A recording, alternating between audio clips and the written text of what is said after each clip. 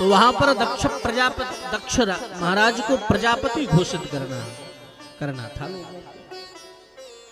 तो बड़ी सुंदर सभा लगी थी, लेकिन उस सभा में भगवान नारायण भी विराजमान थे, भगवान ब्रह्मा जी, जब भगवान शंकर भी पहुंच करके विराजमान हुए, तीनों त्रिदेव वहां पर विराजमान हैं।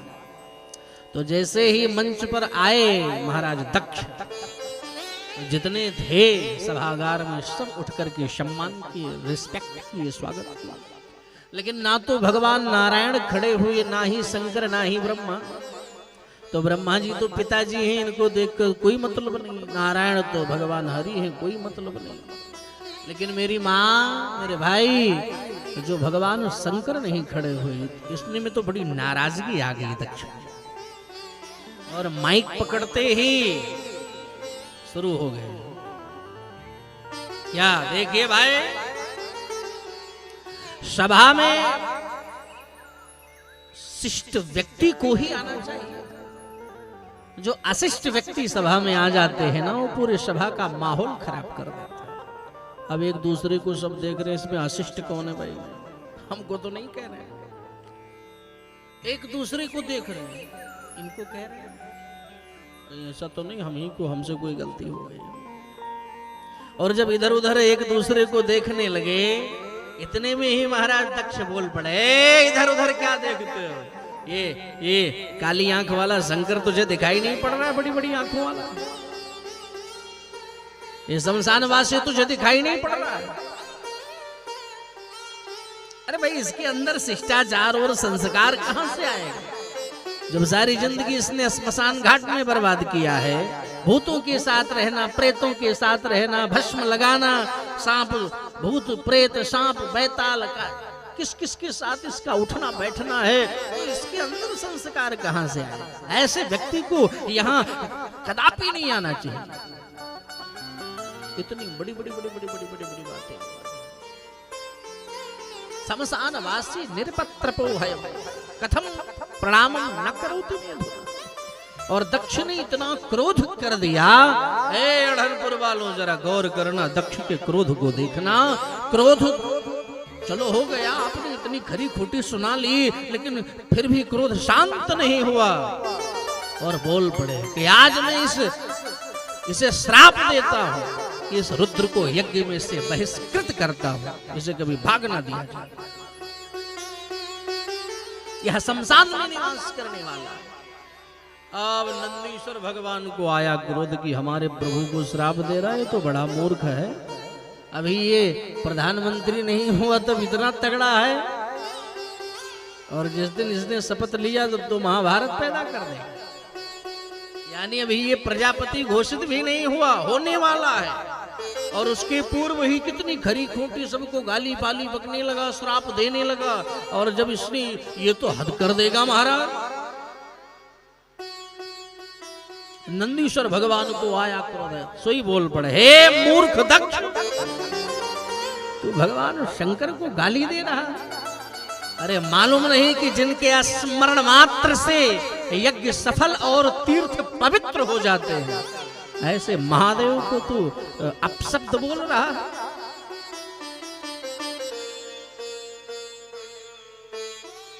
अब यज्ञ कराने वाले एक आचार्य भृगु जी थे। आचार्य भृगु जी थे। कभी कभी मोटी पार्टी देखकर ब्राह्मण भी तो समझ रहे नहीं।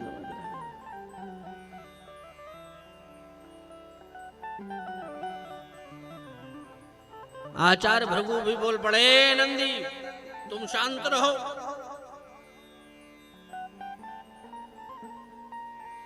आचार्य भृगु जब ऐसा बोले, आचार्य भृगु तुम क्या बोल रहे हो? बोले हमसे ऐसा बोल रहे, जाओ मैं भी श्राप दे रहा हूं कि भगवान शिव के जितने भी गण हैं सब पाखंडी हो जाए। तो नंदीश्वर भगवान ने कहा, जाओ तुम्हारे जैसे चाटुकार ब्राह्मण भी दारिद्र हो जाए। बोले महाराज ये जो है स्वागत समारोह था, ये तो श्राप समारोह में बदलता जा रहा है, एक दूसरे पर श्राप दे रहे हैं। इतने में नंदीश्वर भगवान दक्ष को भी श्राप, दक्ष तू बहुत बड़बड़ा रहा है, मैं मैं श्राप दे रहा हूं, जा तुझे बकरे का सिर लग जाए। अब भगवान शंकर समझ गए मामला आगे बढ़ जाएगा, नंदी को बुलाए, इधर आओ, बस बस बस शांत हो जाओ, चलो सबको यहाँ से चलते हैं, यहाँ ठीक नहीं है। लेकर के चले आए, लेकिन माता भवानी से, सती माता से इस चीज का जिक्र नहीं किया। और कुछ दिन व्यतीत होने के बाद एक सुंदर यज्ञ का आयोजन किया महाराज दक्ष प्रजापति ने। और उस यज्ञ का आयोजन कहाँ किया? हरिद्वार में एक जगह है कनखल, क्या नाम है मालूम है? नहीं मालूम? कनखल। और आज भी वो मंदिर बनी है, वो यज्ञशाला भी बना है जहां पर यज्ञ किया गया था। महाराज दक्ष प्रजापति ने जो यज्ञ किया था, आज भी वो यज्ञशाला बना हुआ है, बड़ी विशाल मंदिर वहां पर बनी है। क्यों भाई आचार्य जी?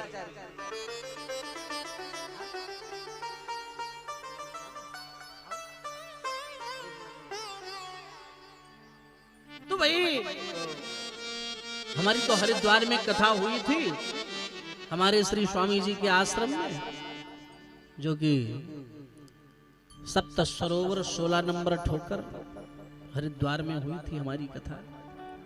तब तो प्रायः कनखल की तरफ आना जाना था। तो इतना सब श्राप हो रहा और सुंदर यज्ञ का आयोजन किया। लेकिन इस यज्ञ का आयोजन ही इसीलिए किया, बड़ी सुंदर बात है, जरा गौर करना, केवल भगवान भोलेनाथ को अपमानित करने के लिए। लेकिन एक बात बताऊं, आप चाहे कोई धार्मिक अनुष्ठान करो, चाहे यज्ञ करो, लेकिन किसी को अपमानित करने के लिए अगर चाहे यज्ञ भी करो तो यज्ञ भी सफल नहीं हो सकता है मेरे भाई।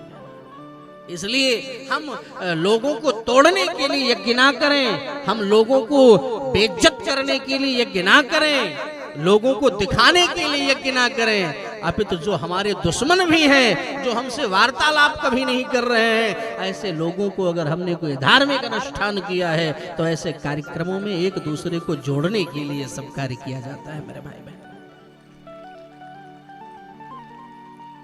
लेकिन यहाँ पर दक्ष प्रजापति केवल भगवान भोलेनाथ को अपमानित करने के लिए ऐसा किया और बहुत विशाल यज्ञ किया, सबको निमंत्रित किया, लेकिन भोलेनाथ को कार्ड तक भी नहीं दिया। अच्छा एक बात बताऊं, हमारा और आपका और आपके फादर इन लॉ का झगड़ा हो जाए, गौर करना, और अगर आपके ससुराल में कोई विवाह इत्यादि हो, आपको कार्ड ना मिला हो, समाज को इस बात का पता चल जाए, तो लोग आपके ही दरवाजे से गाड़ी लेके जाएंगे, हाँ या ना, और आपका मजाक बनाएंगे। क्यों चल नहीं रहे हो क्या? उनको मालूम है कि इनका उनका 1836 का आंकड़ा चल रहा है नहीं है? फिर भी समाज देखो, दुनिया के लोगों को देखो, कितना जबरदस्त जो है समय निकाल करके कमेंट करते हैं। क्या कहते हैं? अब उन्हीं आपके दरवाजे से गाड़ी लेके जाएंगे और कुछ नहीं होगा तो वहीं गाड़ी रोक देंगे, तब आप निकलो, क्यों चल नहीं रहे हो? कहाँ आपके ससुराल आज विवाह है? कहाँ? आप भी अच्छा मजाक कर लेते हैं। अच्छा आप चलो, हम आएंगे, आप चलो। तो उस दिन जितने भी विमान कनखल जा रहे थे यज्ञ में सम्मिलित होने के लिए, सारे विमान महाराज भोलेनाथ के घर के ऊपर से जा रहे थे। सती जी देख रही, राम राम। एक विमान से ऊपर में जब सती मैया ने देखा तो एक बहन से पूछा, बहन कहाँ जा रही हो? अरे बहन तुम्हारी तो घर जा रहे हैं, तुम्हारे पिताजी ने यज्ञ किया। अच्छा तू नहीं आ रही? नहीं आ रही हूँ, आप चलो ना, मैं आ रही। दौड़ी दौड़ी शंकर जी के पास गई, प्रभु हमारे पिताजी ने बड़ा सुंदर यज्ञ किया है, उसमें चलते हैं? भोलेनाथ ने कहा हाँ चलो चलो, बिल्कुल चलो भाई, हमारे ससुराल में यज्ञ है तो क्यों नहीं चलेंगे, चलो देवी चलो चलो। लेकिन एक बात बताओ, क्या कोई निमंत्रण आया है? सती बोल पड़ी, प्रभु निमंत्रण तो नहीं आया है। बोले निमंत्रण भी नहीं आया और आप चलने की बात नहीं कर रहे। देखो प्रभु, माता पिता अगर किसी बड़े कार्यक्रम में बिजी हो गए होंगे, हो सकता हो निमंत्रण देना भूल गए हो, तो वहाँ माता पिता और ससुराल में कभी निमंत्रण पत्रिका का वेट नहीं करना चाहिए, चलो चलो चलो चलो। बोले बहुत सही कह रहे, वहां पर वेट नहीं करना चाहिए। लेकिन देवी अब अभी हम अपनी ससुराल जाएं, हमारे ससुर जी हमको देखकर जल जाएं, हम उनको देखकर जल जाएं, ऐसे स्थान पर अगर यानी स्वर्ण की वर्षा हो रही हो, सोना बरस रहा हो, तो भी जाना नहीं चाहिए। आवत ही स्वर्ग,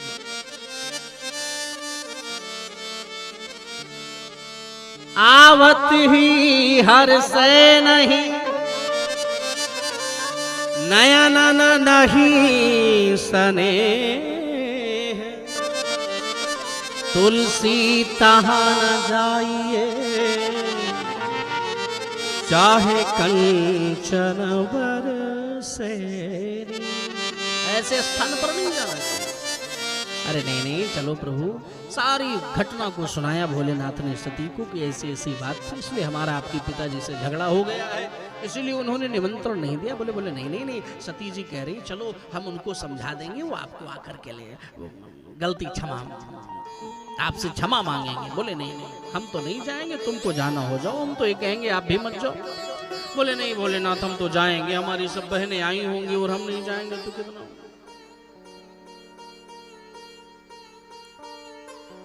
माताओं को मायके में भले इतना प्यार ना मिले, इतना सा प्यार भाई से भी ना मिले, पिता से भी ना मिले, हाँ, लेकिन बातें उनकी बड़ी हाई फाई रहती।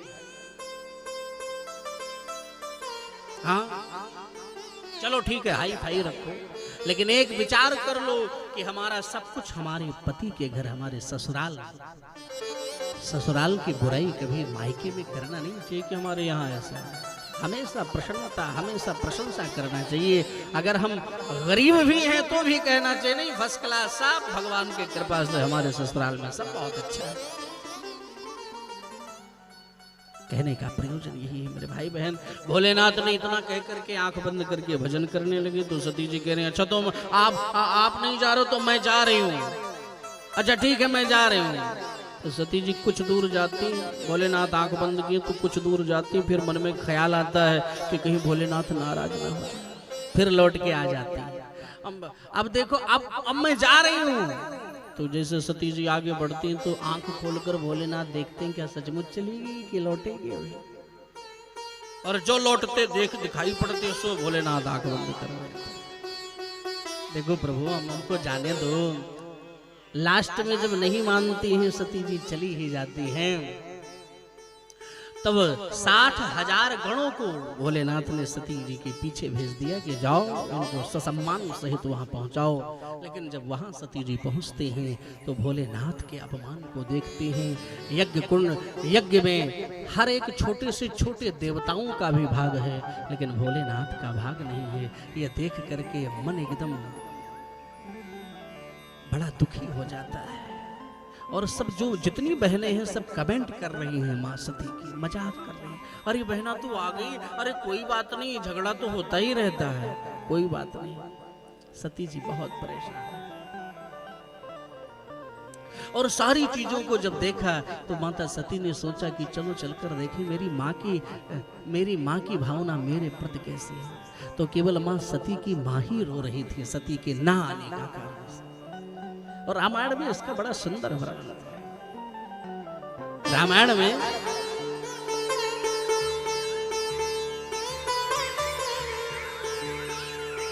शादर भलहि सादर भलहि, सादर भलहि मिली एक माता, भगिनी मिली बहुत मुस्काता, भगिनी मिली बहुत मुस्काता। सादर भलहि सादर भलहि, सादर भलहि सादर भलहि,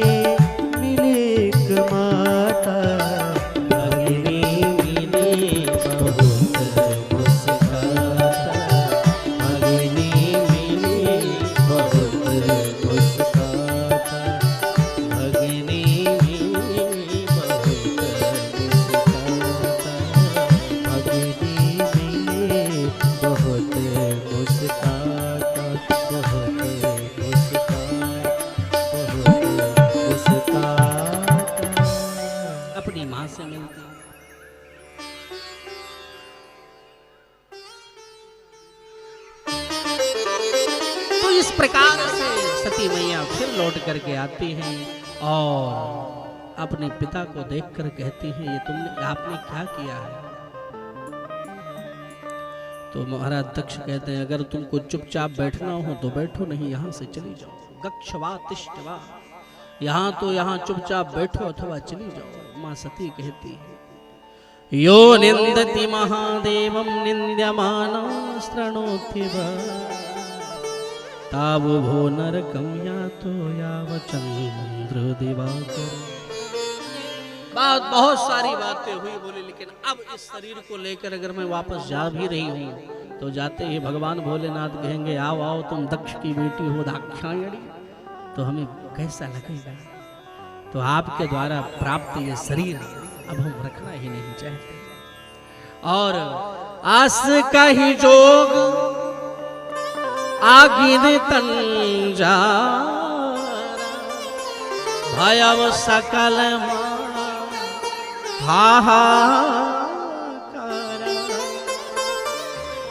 माता सती यज्ञ कुंड में अपने प्राणों का परित्याग कर देती है। 60,000 गणों में 20,000 माता सती जी के साथ ही उस यज्ञ कुंड में कूद जाते हैं। और जो 40,000 गण जो है मारपीट पर उतारू होते हैं, उन्हें आचार्य भृगु अपने रिभुओं से प्रकट कर दिया और उनको शिव गणों को परास्त करवा दिया मंत्रों के माध्यम से। नारद जी के द्वारा जो भगवान शंकर को समाचार मिला, सो भगवान शंकर ने अपनी जटा उठा करके पटक दी, और जो जटा को पटका भगवान भोलेनाथ ने, जटा के 2 भाग हो गए महाराज, 2 खंड हो गए। पहले से वीरभद्र प्रकट हुए और दूसरे खंड से महाकाली प्रकट हो गई। हाथ जोड़कर बोले, सरकार मैं क्या सेवा करूं?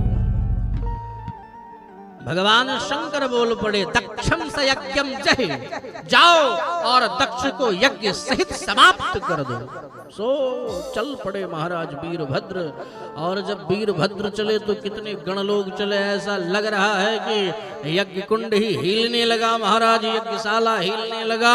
अब क्या हो रहा है, ये कोई बहुत आंधी या तूफान आने वाला है।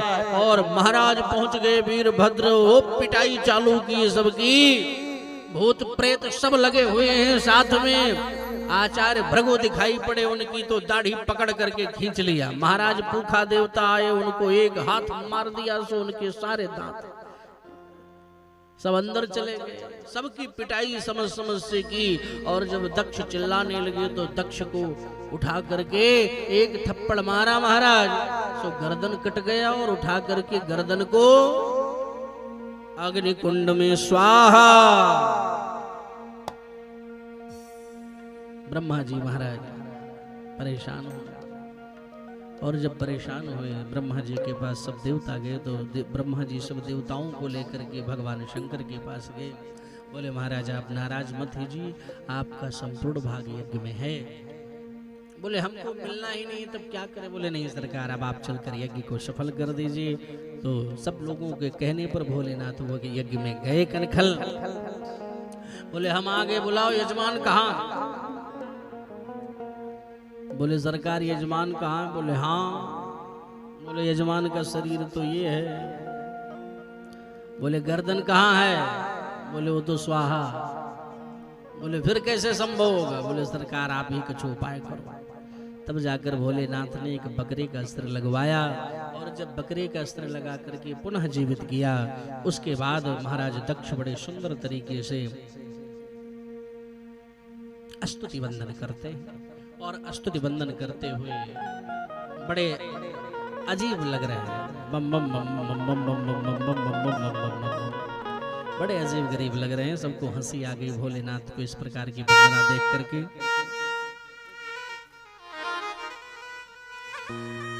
चूंकि बम बम बम बम कर रहे हैं। अच्छा, ये आज भी प्रमाण है, भोलेनाथ के मंदिर में जाओ और आप भी जल चढ़ाने के बाद बम बम बम बम बम बम बम बम करो तो भोलेनाथ की कृपा जल्दी होती। बोले, क्यों? बोले, आप बम बम करोगे तो उनको अपने फादर इन लॉ की याद आएगी, ससुर जी की याद आएगी, सो हंस पड़ेंगे, और हंसेंगे तो आपका कल्याण हो जाएगा।